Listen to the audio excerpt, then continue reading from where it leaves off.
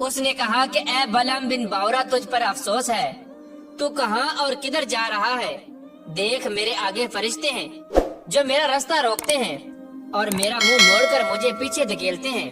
اے بلعم بن باورا تیرا برا ہو، کیا تو اللہ تبارک و تعالیٰ کے سچے نبی اور مومنین کے لیے بد دعا کرے گا؟ چنانچہ گدی کی یہ بات سن کر بھی بلعم بن باورا کو ہوش نہ آیا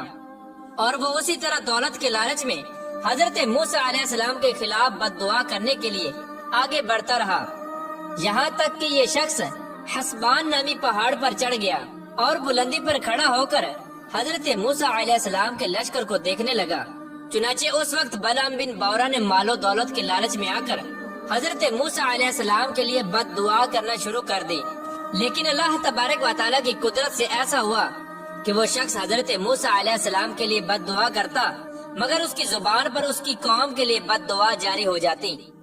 یہ منظر دیکھ کر اس کی قوم حیران و پریشان ہو گئی اور کئی مرتبہ اس کو ٹوکا اور کہا کہ اے بلعم بن باورا تو الٹی دعا مانگ رہا ہے، تو ہماری قوم کے لیے ہی بد دعا کر رہا ہے۔ تو اس وقت بلعم بن باورا نے کہا کہ اے میری قوم میں کیا کروں، میں بولتا کچھ اور ہوں اور میری زبان سے کچھ اور نکلتا ہے۔ اسی دوران اس شخص پر اللہ تبارک و تعالیٰ کا دردناک عذاب نازل ہوا اور اس کی زبان لٹک کر اس کے سینے پر آ گئی۔ اس وقت بلعم بن باورا نے کہا کہ اے میری قوم، کہ ہائے افسوس، میری دنیا اور آخرت دونوں برباد ہو گئی، میرا ایمان جاتا رہا اور میں اللہ تبارک و تعالیٰ کے دردناک عذاب کے اندر مبتلا ہو گیا، اب میری کوئی دعا قبول نہیں ہوگی۔ اللہ تبارک و تعالیٰ کے اس دردناک عذاب کے باوجود بھی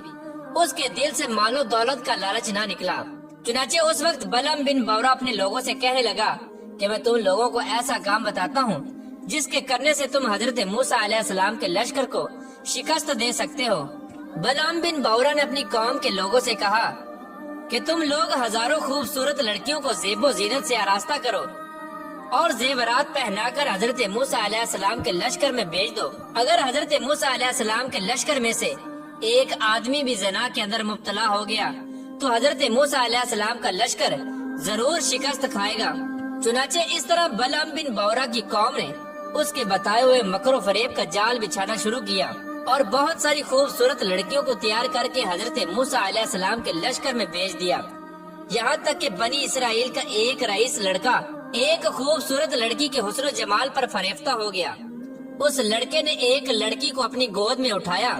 اور حضرت موسیٰ علیہ السلام کی بارگاہ میں حاضر ہوا اور حضرت موسیٰ علیہ السلام سے پوچھنے لگا، اے اللہ تبارک و تعالیٰ کے نبی، یہ عورت میرے لیے حلال ہے یا حرام؟ تو حضرت موسیٰ علیہ السلام نے ارشاد فرمایا کہ خبردار، یہ تیرے لیے حرام ہے، فوراً اس کو اپنے آپ سے الگ کر دے اور اللہ تبارک و تعالیٰ کے عذاب سے ڈر۔ مگر اس وقت اس لڑکے پر ایسا شہوت کا غلبہ طاری ہوا کہ اس نے حضرت موسیٰ علیہ السلام کی بات کو ٹھکرا دیا اور اس لڑکی کو لے کر اپنے خیمے میں چلا گیا اور وہاں پر اس کے ساتھ اس نے زنا کیا۔ اس وقت اس زنا کی نحوست کا یہ اثر ہوا کہ بنی اسرائیل کے لشکر میں اچانک طاعون کی وبا پھیل گئی اور گھنٹے بھر میں 70,000 آدمی مر گئے اور سارا لشکر ادھر ادھر بھاگتا ہوا ناکام و نامراد ہو کر واپس چلا گیا، جس کا حضرت موسیٰ علیہ السلام کے قلب مبارک پر بہت گہرا صدمہ ہوا۔ بلعم بن باورا پہاڑ سے نیچے اترا تو اس وقت وہ بارگاہ الہی سے مردود ہو چکا تھا، آخری دم تک اس کی زبان اس کے سینے پر لٹکتی رہی اور وہ بے ایمان ہو کر مرا۔ اس واقعے کو اللہ تبارک و تعالیٰ قرآن پاک میں کچھ یوں ارشاد فرماتا ہے، اور اے محبوب انہیں اس کا احوال سناؤ جسے ہم نے آیتیں دی تو وہ ان سے صاف نکل گیا، تو شیطان اس کے پیچھے لگا تو وہ گمراہوں میں سے ہو گیا، اور ہم چاہتے تو آیتوں کے سبب اسے اٹھا لیتے، مگر وہ تو زمین پکڑ گیا اور اپنی خواہش کا تابع ہوا، تو اس کا حال کتے کی طرح ہے، تو اس پر حملہ کرے تو زبان نکالے اور چھوڑ دے تو زبان نکالے۔ یہ حال ہے ان کا جنہوں نے ہماری آیتوں کو جھٹلایا۔ پیارے دوستو، روایات میں آتا ہے کہ بعض انبیاء کرام نے اللہ تبارک و تعالیٰ کی بارگاہ میں عرض کی، یا رب العالمین، تو نے بلعم بن باورا کو اتنی نعمتیں عطا فرمائی، اس کے باوجود بھی اس کو ذلت میں کیوں گرا دیا؟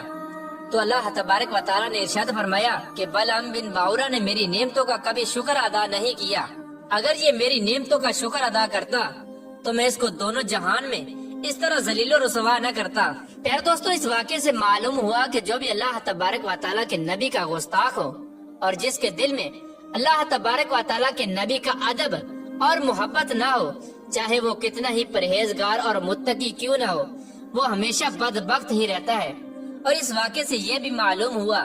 کہ ہمیشہ اللہ تبارک و تعالیٰ کی خفیہ تدبیر سے ڈرتے رہنا چاہیے اور ہمیشہ اللہ تبارک و تعالیٰ کے حضور عاجزی اور انکساری کے ساتھ زندگی گزارنی چاہیے اور اللہ تبارک و تعالیٰ کی تمام نعمتوں کا سچے دل سے شکر ادا کرنا چاہیے۔